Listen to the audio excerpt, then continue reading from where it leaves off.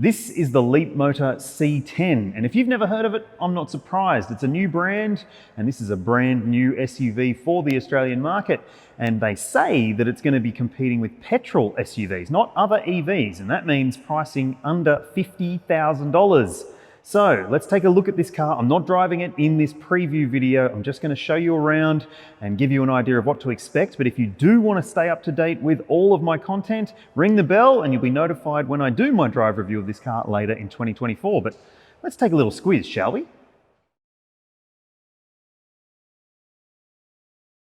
The brand has said that there are going to be two different versions of this car available in Australia, and both of them are going to come in under $50,000.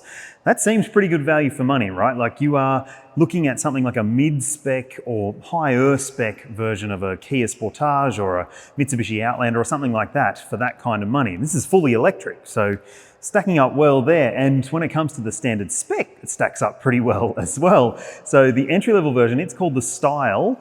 And as I said, don't know the prices yet, but it does come with heaps of standard equipment. Things like LED headlights, you get 18-inch alloy wheels, a big panoramic glass roof with a shutter for it as well.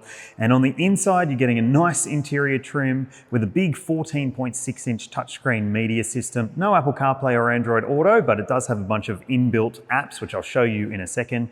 A big digital instrument cluster as well. And also you get near field communication. So a little tap card that gets you into the car, or you can use the app because it's got connected services as well. And up from there, there's going to be a high grade version called Design, which is this one here, and it adds a few things that you will like. 20-inch wheels, an electric tailgate, heated and cooled front seats, and a heated steering wheel, among other things. So I think from a value for money perspective, this is seeming like it's going to stack up very well. If both of those cars come in under 50 grand, yeah, compelling, I would say. So what might you otherwise consider? So what other SUV of this size comes fully electric for this kind of money? There isn't one. Essentially, that's the whole point of this car, is that it's going to come in and offer a really affordable option for someone who is looking for a family-sized SUV. I mean, obviously, you could be looking at something like the BYD Atto 3, which does have a lower price point, but it's a smaller car with less practicality. So it doesn't necessarily make as much sense as this straight off the bat, but there's also the Tesla Model Y, and who knows what will happen with pricing for that car because it seems to be always changing. Currently, it's around $55,000 for the entry-level model. So this looks like it's going to undercut it, like I said. And like I said before, it's probably going to compete with the likes of a high-spec RAV4, Sportage, Tucson. Yeah, this could be a real value killer. We'll have to wait and see, but like I said, subscribe and you'll be updated when I know more. So what do you think of the look of this thing? I actually reckon it looks pretty smart. It's very smooth and not very offensive to look at. And in fact, in some ways, it reminds me of a previous gen Mitsubishi Outlander. I'm not saying that's a bad thing. I'm just saying that that's what it brings to my mind. One thing that I don't like about it already are the flush fit door handles. I've opened those doors or tried to open them a couple of times already, and just, I don't know why we need to reinvent door handles, but you tell me what you think about that in the comments. Look at the back of it. I reckon it's a really striking looking piece of design at the rear. It has a good stance to it. It's got the oh so on-trend big LED bar across the back. Now the low-grade version doesn't have an LED light across the back like that, I don't believe, but let's have a look in the boot. It's a button to open the boot, and you can see for yourself, there's plenty of space in the back of this car, and that's the whole point here.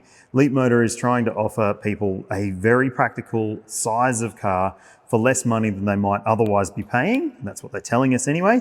But practicality, yes, maybe, but it doesn't have a spare wheel of any type. It's got a tyre repair kit, but plenty of storage space underneath the boot floor.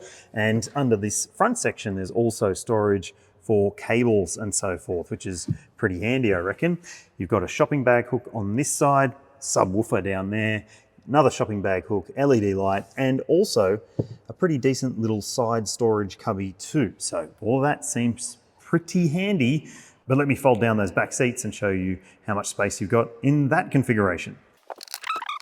I mean, you could probably sleep in there if you wanted to. It's a fairly big space with those seats folded down. Definitely going to be big enough for the IKEA run or the Bunnings trip. Rightio, so here's your point of view perspective of what it's like to sit in the Leapmotor C10. And I have to say, it is a comfy space and it does seem pretty practical.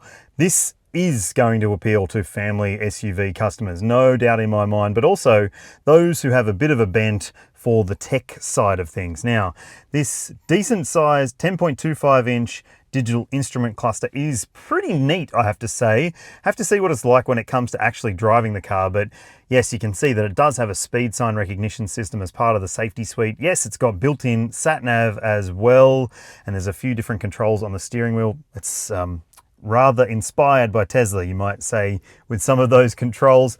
You've also got a column mounted gear selector, and yes, you do have a stalk. Thank goodness for that, for your wipers and also your blinkers. Over here, who's this bloke? It's me. This is the YouTube app that's built into this screen. I haven't had much time to play with this screen, so bear with me, but it does have a heap of different menus and controls available here. As you can see there, it's got built-in Spotify. It does have TikTok as well, and it's also got a really nice display crispness to it as well. Like I said, it does have sat-nav built in, and you can see it's a pretty tidy little system. It's all connected to the internet as well, so yes, you won't have to worry about streaming using your data from your phone because it has a data plan built in for life, which is pretty handy. You've got a pair of cup holders down here as well, a wireless phone charger, and a covered center console bin, which is quite large. And behind there's also a pair of cup holders for those in the back. And down under here, there's a storage section underneath with USB A and C ports. That's pretty handy in terms of the space utilization. And I just think that this does look pretty tidy. Obviously, I'll go into a lot more detail when I get a chance to drive the car and live with these controls to see if they are livable or not. But I just want to call out this lovely brown trim. I mean, it's not necessarily to everyone's tastes, brown, but I think it looks fantastic. I don't know that I would pair it with pink personally, but I think that you can configure those ambient lighting colors to suit your tastes. Now, let's check out the back seat and see if it's spacious enough. So this seat is set for my driving position. Just have a look at this. I've got so much space in front of my legs. I can sort of stretch out and almost lay down in here. It is a very spacious cabin, and yes, your kids will have enough room, even if they're big units, because just have a look at this. Headspace, very, very impressive. I'm feeling like this is a very comfy family SUV with lots of room and lots of practicality as well. Let me show you some of the features. So yes, you've got ISOFIX points in the window seats. There are 3 top tethers as well, a flip down armrest, no cup holders though, but like I said, you've got cup holders just there. There's also directional air vents here as well, USB ports down there, and map pockets on the seat back. Sorry, it's a little bit dark. And this seat can also do some pretty handy, nifty tricks in terms of actually turning into like a bedroom area. So I'll show you that in my detailed review when I get a chance. But I think that from the initial impressions perspective, this is a very roomy and pretty comfy space. Like these seats, you know me, I like a bit of a squish to the seats. And apparently there's 7 different types of foam used in these seats, kind of like a Citroen or something. Yeah, comfort, I like it. But I don't like one thing that I forgot to mention. It doesn't seem to have an auto-dimming rear view mirror on this top spec model.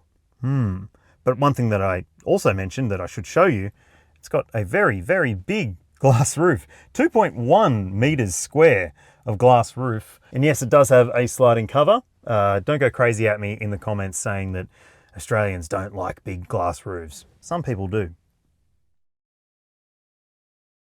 There's actually not that much to see under the bonnet of the C10, and in fact, it's kind of surprising that there isn't a little bit more attention paid under there, because a big storage caddy under there would be very advantageous, I would have thought, but there must be a reason that it's not there. Now, when we're talking about powertrain tech for this car, it is a single electric motor at the rear axle with pretty decent power and torque outputs. You'll see them on your screen now. Comes with a single speed transmission. Like I said, it's rear wheel drive, so all the fun is at the back, and there is no all-wheel drive version yet. So maybe there will be in the future, but at this point in time, just rear wheel drive. But hey, it does have a pretty astounding 0 to 100 time of 7.5 seconds, and that's faster than a lot of mid-sized SUVs with petrol powertrains, that's for sure. Now, let's talk range and charging. This car comes with a 69.9 kilowatt hour LFP battery pack, and that's designed for better durability than some other options out there. So if you are going to full charge it to the max all the time, it should last a little better. And the battery chemistry aside, it's also got a pretty decent EV driving range. 420 kilometers of WLTP rated range is what we are getting. That's pretty cool, I reckon. Underneath the body of the car is where the batteries are held, and in fact they are integrated into the chassis of the car, which is a little bit different, and the brand says that it's called on Maserati to help out with the suspension tuning, so can't wait to drive it. Make sure you subscribe to keep up to date. Let's have a look at the charging situation here. Yes, you do have a Type 2 combination plug, AC charging at the top, it even says so right there, at a maximum rate of 6.6 kilowatts, and that should mean a charge at home from 30 to 80% in about 6 hours. Now, DC charging, yes, 160 kilowatt DC charging is capable there, and that should mean a half hour, 30 to 80% charge. So not necessarily setting any new benchmarks in terms of the charging speed and capabilities, but hey, if the price is right, does it really matter how fast it charges? So there you have it, the Leapmotor C10. I reckon that this could be a very compelling choice for people who are looking for a value-focused family SUV that's fully electric. If both come in under $50,000, it could be a bit of a game changer in this market. But tell me what you think about it in the comments section below. Do you like the look of it? And how much should it cost? If you haven't already, please ring the bell to keep up to date with all of my content, and I'll see you in the next one.